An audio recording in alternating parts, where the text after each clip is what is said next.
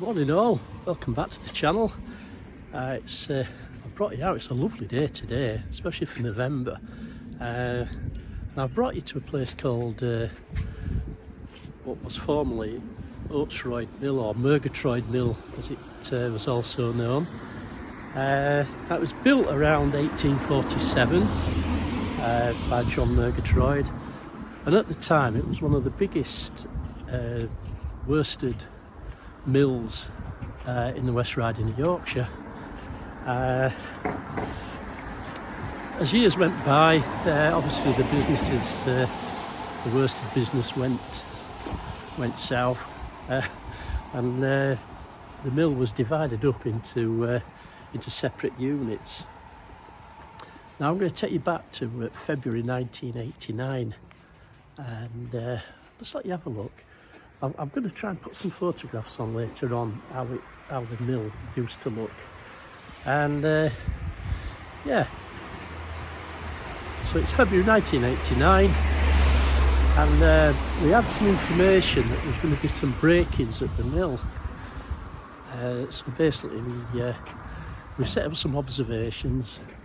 Like I say, as we look at it now, it's all apartments and dwellings. But at the time, it was a working mill. Right. The information that we had, that there was going to be some break-ins in the main mill. So what we did, we set up some obs, like I say, and behind you there, that's where the stairwell was. So what we did, we had CID working 6 in the evening till 2 in the morning, and then we took over, uniform took over at 2 o'clock in the morning till 6 when we finished. And I must have let slip that I enjoyed doing stuff like that, so for the rest of the night's week, I ended up doing that. And yeah, it were I'd say it were middle of winter. It was quite cold, so I had my flask and my cold weather kit, and basically I spent most of the night's week in the stairwell looking out at the mill. And we've got a bit further now, so I'll just show you what it's like now. I'll try and get some photographs on for you. And that was where it is now, where these gates are. That was one big mill. I don't know how many stories it were, but it was quite a tall building. Like I said, it was one of the biggest mills in the West Riding in its day. So yeah, I went on all week. Nothing much happened. I don't think anything came to fruition. I can't remember if it carried on when finished our night's week. So yeah. A couple of weeks later, we were just out on nights. It must have been a month later. We were out on nights doing our patrolling. I was partnered up with a lad called Bob, and it was part of the briefing that we came on here and just give it some periodic checks and some passing attention. And it was around about midnight we came up. We had a slow drive on. We turned the lights off and put the windows down, see if we could hear out, but there was nothing going on. And so we set off back to Sowerby Bridge for our meal break. And it must have been around about 1:30. We'd gone back in, we unpacked our sandwiches, and we just sat there watching telly and having a brew and bloody chatting what we usually chatted about when we were on our meal breaks. We'd only just sort of nicely bitten into the first sandwich when we had the phone went in the dining room, and it was our control. Can you go back up to Murgatroyd Mill? There's a report of a burglar alarm. So we thought, oh goodness. Anyway, we set off. I set off through Sowerby Bridge. I was driving. Bob never liked driving, so I set off going through Wharf Street on towards Burnley Road, got to Luddenden Lane, and we set off up Luddenden Lane, and looking across towards Booth, it does seem like the sky was lit up. And as we got a bit closer on the turn off for Booth, we looked and it was the mill. It looked like the top floor of the mill.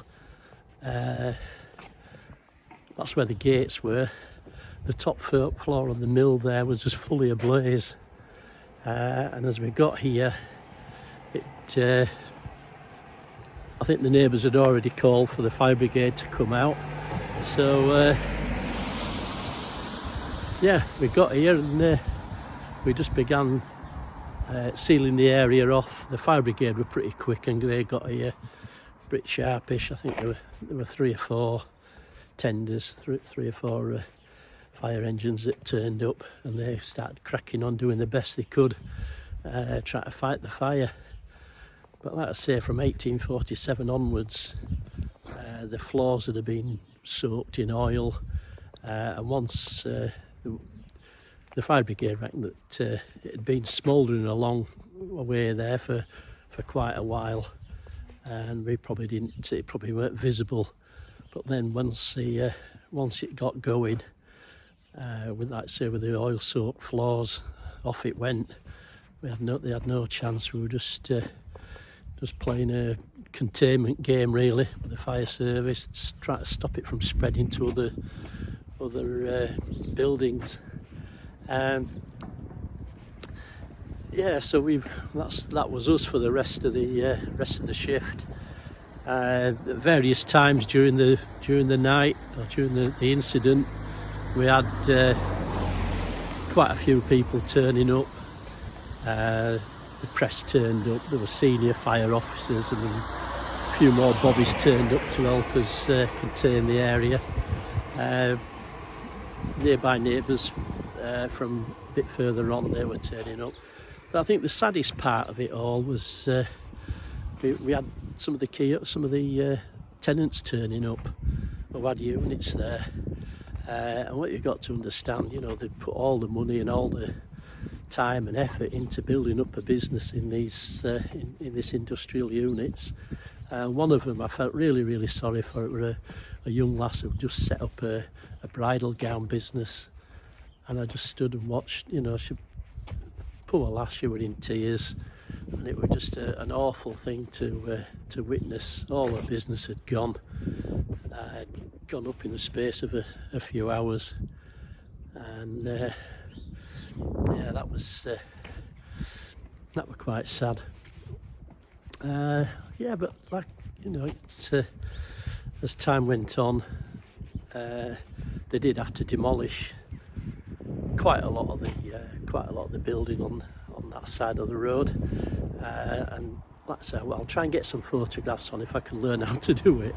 But you'll see how big the place was before the fire. So yeah, that was a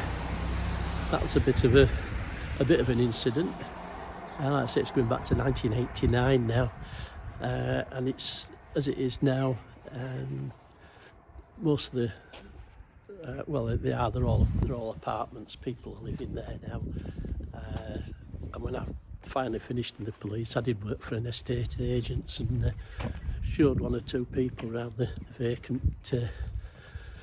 vacant apartments.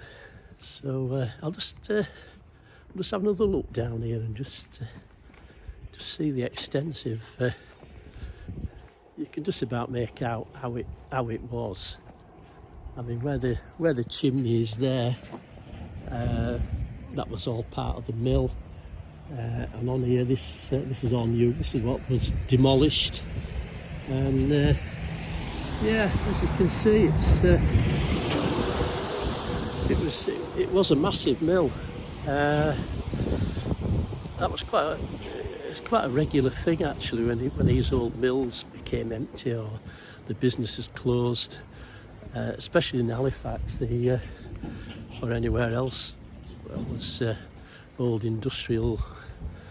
Victorian industrial places.